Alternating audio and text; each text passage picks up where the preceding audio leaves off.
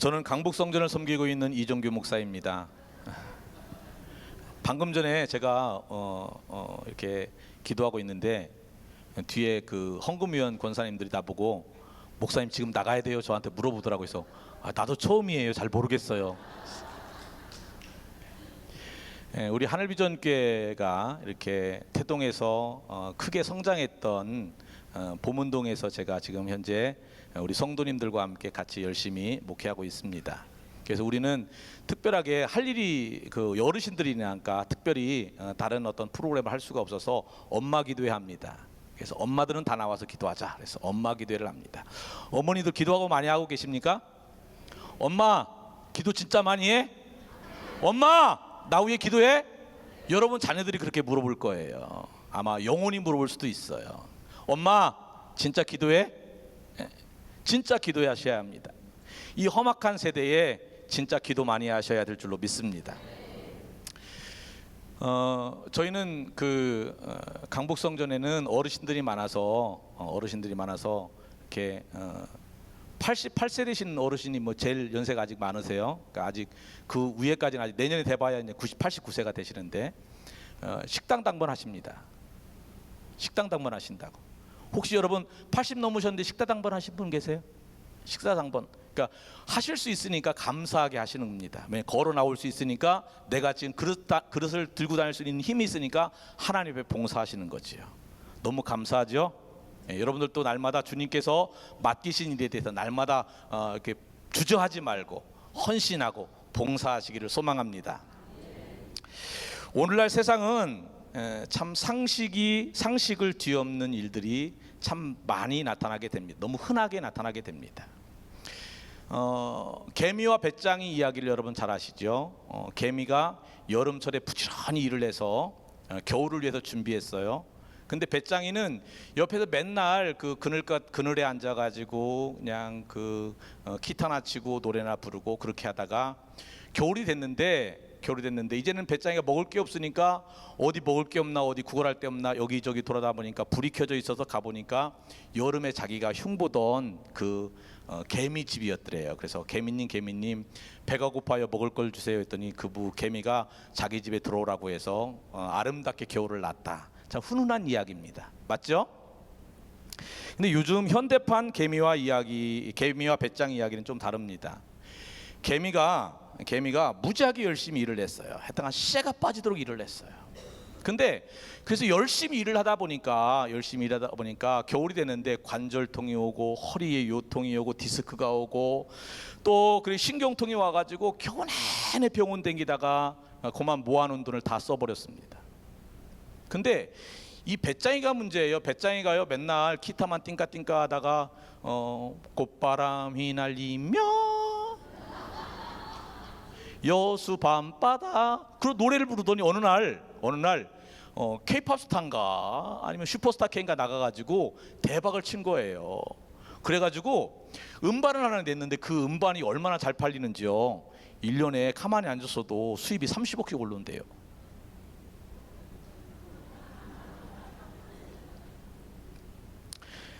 어찌 보면 인생이라는 것이 굉장히 쉬운 것 같습니다. 머리만 잘 쓰면 잘 살 수 있는 길이 널려 있는 것 같은 그런 분위기를 느끼게 되죠. 저 사람은 왜 저렇게 못 살까? 저 사람은 왜 이렇게 정말로 공상떨며 살까? 저 사람은 왜 저렇게 살지? 그렇게 말할 수 있을 수도 있어요. 그러나 실상 살아본 분들은 다 알게 됩니다. 사는 게 그렇게 녹록하거나 만만하지 않다는 사실이지요. 오늘 본문에 등장하는 주인공 룻은 당시 순탄한 삶을 산 여인이 아닙니다. 이 룻에 대한 이야기를 하려면요 먼저 그 1장으로부터 넘어가야 되는데요. 제가 왜 아까 엄마 이야기를 하냐면 제가 어머니 기도회 때 이 룻의 이야기를 계속 지금 조금씩 말씀을 나누고 있어요. 그래서 오늘 룻에 대한 이야기를 같이 말씀을 나누려고 합니다. 사사기 1장에 룻기 1장에 보면 사사 시대에 베들레헴 에브랏 그러니까 에브라시라고 하니까 잘 못 알아듣는데 베들레헴 에브라다라고 하는 그 지역에 살고 있었던 엘리멜렉이라는 사람이 살고 있었어요. 그의 아내 이름은 나옴이고요. 그의 아들의 이름은 길련과 마론입니다. 근데 이 사람들이 거기에 갑자기 사는데 흉년이 들어서 아까 원로 목사님이 말씀하실 때에 그렇게 말씀하셨잖아요. 하나님 앞에 기도하고 하나님께 엎드리고 하나님만 바라봐야 되는데 그들이 우상을 섬기니까 그 땅에 이른 비와 늦은 비를 주지 않아서 흉년이 들었어요. 그럼 흉년이 들으면 어떻게 되죠? 더 하나님 앞에 하나님의 은혜를 구하고 기도해야 되는데 그만 이 엘리멜렉이 생각을 잘못해서 그곳을 떠나서 모압이라는 지역으로 이민을 갑니다. 이민을 가서 잘 살고 그랬으면 참 좋았을 텐데 이민 가가지고 조금 지나지 않아서 엘리멜렉이라는 이 가장이 그만 죽어버려요. 자기 남편이 죽으니까 나오미가 어찌할 수 없지요. 그래서 자기 두 아들 기론과 말론을 그 지역에 있는 모압 여자들과 결혼을 시키는데 첫 번째 며느리의 이름이 오르바고요. 두 번째 며느리의 이름이 룻입니다. 근데요, 그 기련과 말론도 살다가 보니까 어느 날 갑자기 자기 아버지와 똑같은 병으로 해서 죽어버렸어요. 세 과부만 남았어요. 시어머니 과부, 큰 며느리 과부, 둘째 며느리 과부. 어떻게 요즘 같으면 사실은 여성 상위 시대이기 때문에 여성이 어딜 가도 조금만 노력하면 다들 이렇게 뭐 일해서 먹고 살 수 있지만 이때 당시에는 농경 사회이기 때문에 여자의 몸으로 살 수 있는 방법이 전무합니다. 근데 그때 갑자기 흉년이 들었던 자기 지역, 이 유다 땅에 하나님께서 풍년을 주셨다라는 소리를 듣습니다. 나오미가. 그래서 나오미가 자기 두 며느리를 앞에 놓고 나는 이제는 고향으로 돌아갈 테니까 너희들도 친정에 돌아가서 따로 시집 가서 좀 살았으면 좋겠다. 나를 따라오면 내 밑에 씨가 있는 것도 아니고 내 무슨 자녀가 더 있는 것도 아니니까 너희들한테 또 신랑을 줄 수 없으니까 그냥 친정으로 돌아가라. 어떻게 보면 굉장히 현명한 어머니지요. 현명한 시어머니입니다. 그 소리를 듣고요, 두 며느리가 그래도 쫓아가겠다고 하니까 이 시어머니가 간곡하게 요청을 하니까 큰 며느리 오르바가 시어머니한테 울면서 이렇게 입 맞추고 떠나가 버렸어요. 근데 둘째 며느리가 나는 어머니를 못 떠나겠다는 거예요. 그러면서 뭐라고 말하냐면 어머니의 가는 곳에 나도 갈 것이고 어머니가 계신 곳에 나도 있을 것이고 어머니의 백성이 나의 백성이 될 것이고 어머니 하나님이 나의 하나님이 될 것이니까 죽는 일 이외에 내가 어머니를 떠나면 하나님께서 나에게 벌 위에 벌을 내리시기 원합니다. 그렇게 고백하면서 1장 14절에 보면 붙쫓았더라, 다른 말로는 붙잡고 쫓아갔더라, 그렇게 말씀합니다. 나오미가 이제는 베들레헴 땅에 돌아왔습니다. 많은 사람들이 이 사람이 진짜 나오미야, 이 사람이 진짜 기쁨의 딸이야, 희락이야, 그렇게 하면서 나오미를 반겨주는데 나오미가 하는 말이 나를 이제 더 이상 나오미라고 부르지 마라, 나를 차라리 마라라 불러라. 하나님께서 내가 풍성하게 나갔는데 하나님이 나를 비워 돌아오게 하셨다. 그렇게 그가 고백하면서 이렇게 돌아옵니다. 근데요, 하나님의 역사는 참 신기하고도 놀랍습니다. 때마침 이 나오미와 룻이 베들레헴에 왔을 때에 때마침 그때가 어떤 시대냐면 보리 추수하는 시기예요. 보리 추수를 하면 이스라엘 사람들은 보리를 추수하고 나머지 떨어진 것들은 자기가 줍지 않습니다. 왜냐하면 못 사는 사람들, 가난한 사람들이, 과부들이, 그리고 이방인들이 주워서 그걸 먹고 살 수 있도록 내버려 두는 거예요. 근데 때마침 룻이 시어머니와 돌아왔을 때에 거기에 보리 추수 시기에, 그러니까 보리 이삭을 주스러 간 거예요. 근데 우연찮게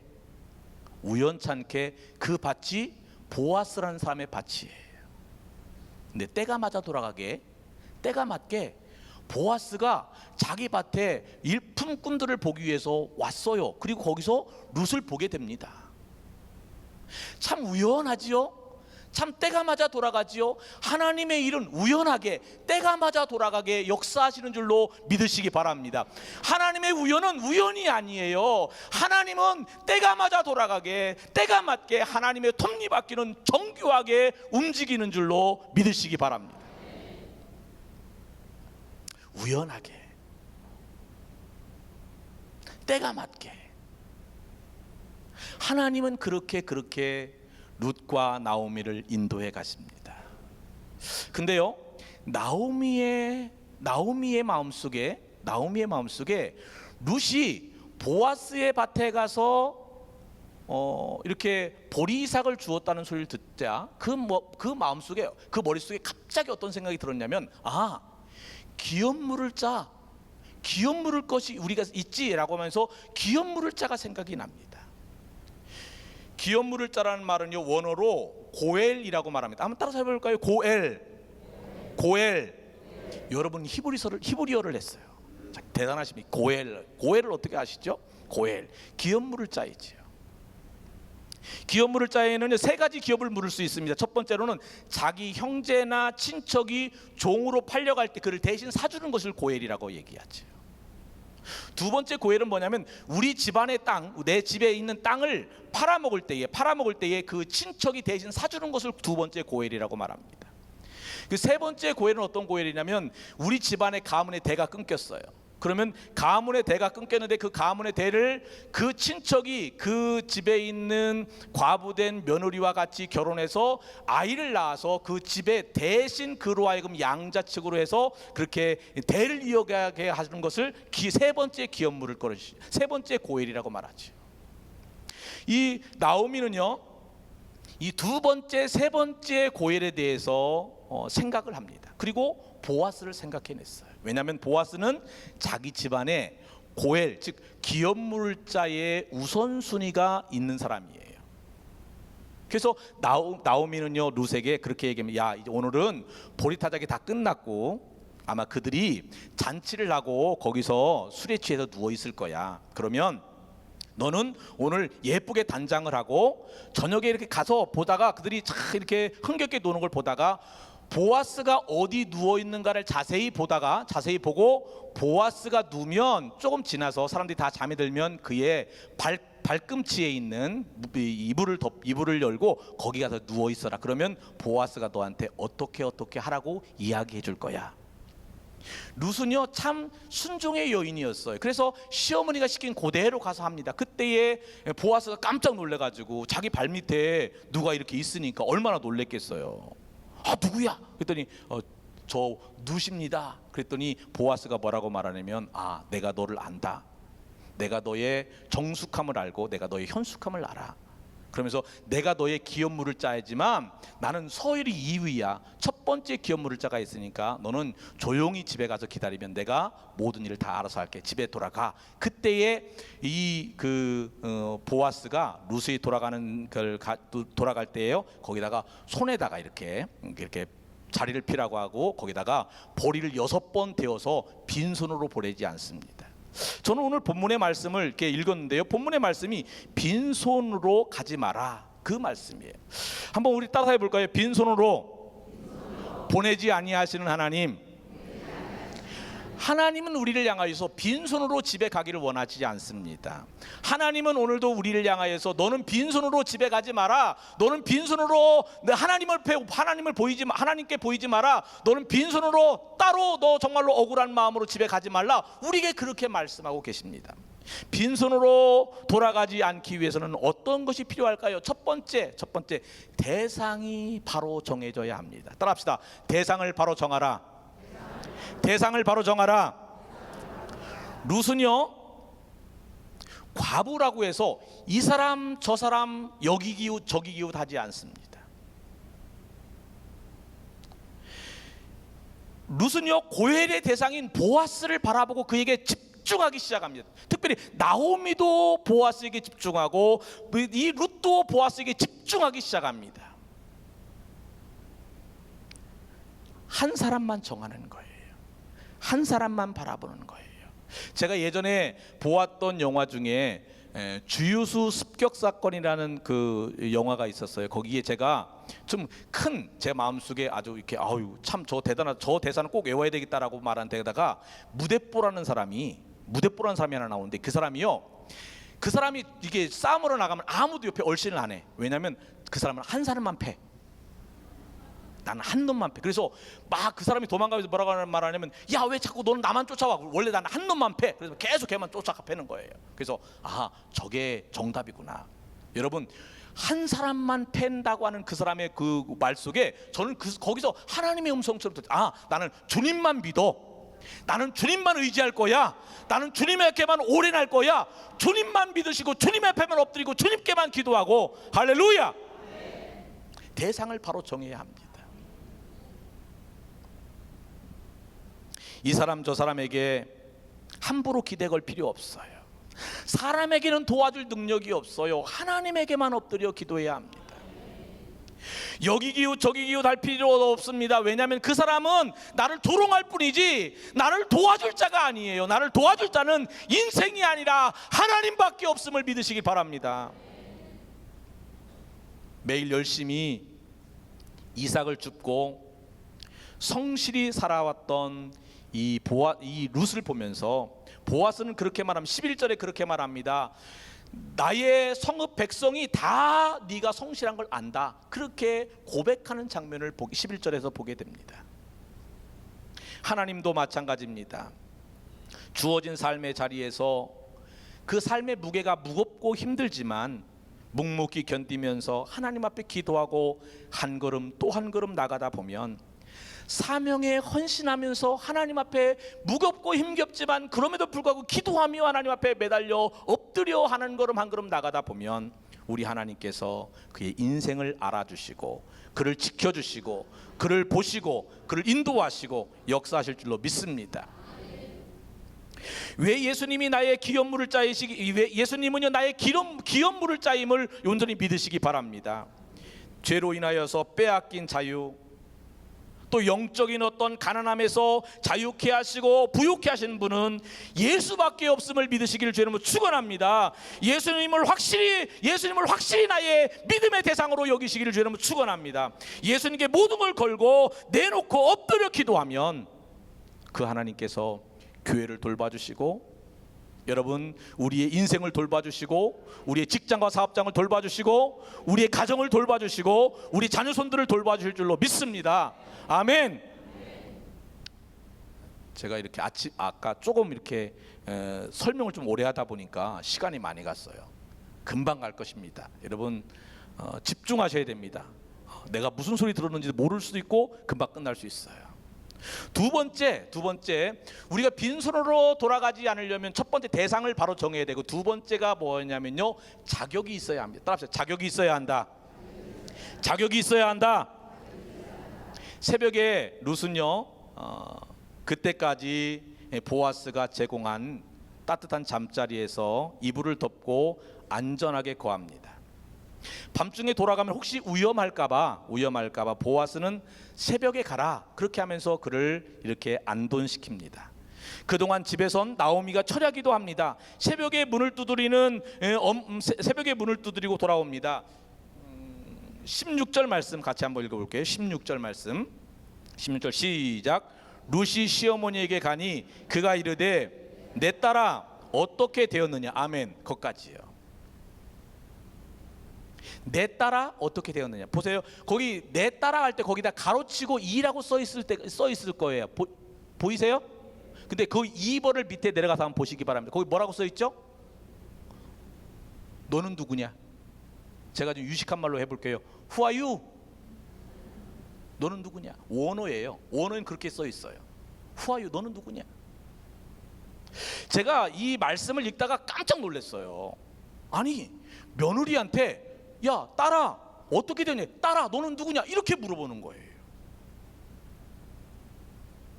그래서 제가 하나님 이게 도대체 무슨 말씀입니까 그랬더니 그 말씀하는 거예요.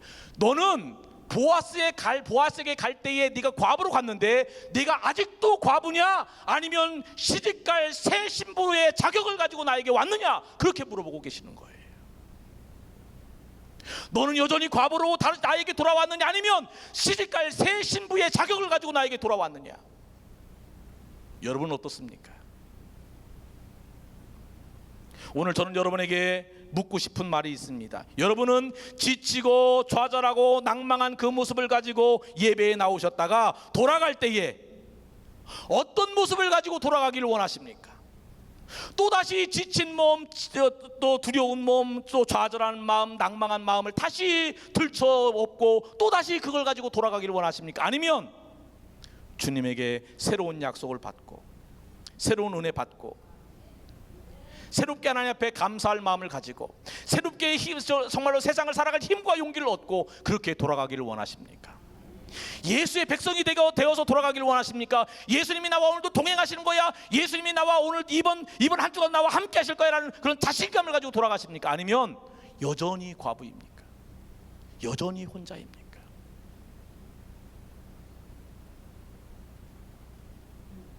세 번째로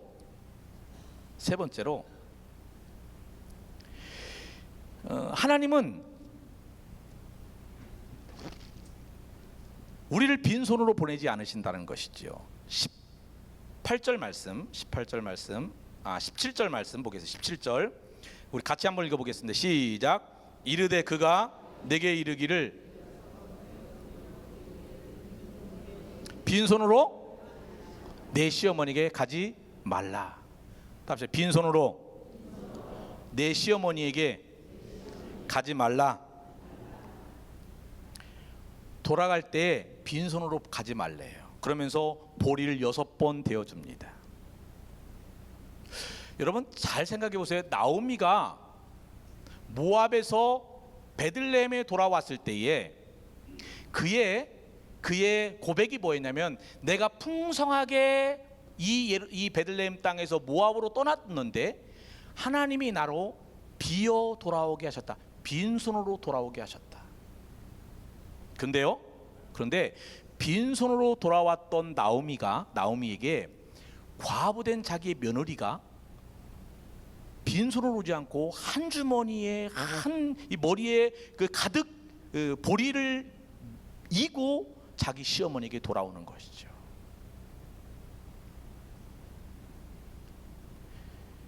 룻을 통하여 나오미는 체험을 받게 됩니다. 비었었는데 룻을 통하여 채워지는 하나님의 은혜를 경험하게 됩니다. 나오미에게 희망이 생겼어요. 나오미에게 소망의 보따리가 왔어요. 여러분, 우리가 나가서 우리 손이 비어 있을 때에 또 누군가, 내 가족 중에 누군가, 나의 친척 중에 누군가, 내 이웃 중에 누군가, 나의 셀 식구의 누군가가 나에게 보따리를 가지고 올 때가 있어요. 그것이 은혜의 보따리인지, 그것이 은총의 보따리인지, 그것이 감사의 보따리인지 나는 잘 알지 못해요. 그러나 그 보따리가 나에게 왔을 때 여러분 소망을 가지시기를 주의 이름으로 축원합니다. 그 보따리를 볼 수 있는 사람이 진짜 믿음이 있는 사람인 줄로 믿으시기 바랍니다. 그러므로 우리의 비어진 인생의 주머니에는 삶의 영원, 삶의 정말로 텅 빈 자리에 날마다 하나님은 우리를 채우시고 함께 하시는 줄로 믿으시기 바랍니다. 이제 5분 남았으니까 설교를 마무리하겠습니다. 18절의 말씀을 제가 보기를 원합니다. 이에 시어머니가 이르되 내 딸아, 이 사건이 어떻게 될지 알기까지 앉아 있으라. 옛날 성경은요, 옛날 구약 성경은 가만히 있으라. 따라 볼까요? 가만히 있으라. 가만히 있으라. 자기 딴엔 잘 됐다고 성급하게 자랑질하러 다니지 않는 것이지요. 여기저기 떠벌리고 다니지 말라는 것입니다. 하나님 앞에 납작 엎드려서 하나님의 응답을 기다리라는 것이죠. 내 손에 잡힐 때까지, 나의 손에게 올 때까지, 내 심령 가운데 하나님의 은혜가 올 때까지 납작 엎드려 기도하라는 것입니다. 기다리라는 것입니다. 하나님은 오늘도 쉬지 않으십니다. 나에게 빈손으로 나를 보내지 않기 위해서 하나님은 오늘도 쉬지 않고 역사하시고 감동하시고 함께 하시는 줄로 믿으시기 바랍니다. 그러므로 하나님의 약속을 받으셨습니까? 하나님의 약속을 붙잡으셨나요? 그렇다면 기도해야 합니다. 간구해야 합니다. 하나님께 부르짖어야 합니다. 우리 한 2분만 우리 합심해서 통성으로 기도하면 좋겠습니다. 하나님, 내가 빈손으로 왔어요. 내 무거운 짐, 지친 마음, 지친 영혼 주 앞에 내려놓았습니다. 하나님, 돌아갈 때는 새로운 마음과 새로운 능력과 새로운 은혜를 나에게 도와주옵소서. 빈손으로 돌아가지 않게 하시옵소서. 하나님의 은혜를 한 보따리 나에게 더하여 주옵소서. 우리 예수의 삶 창하고 합심해서 통성으로 기도하며 나갑니다.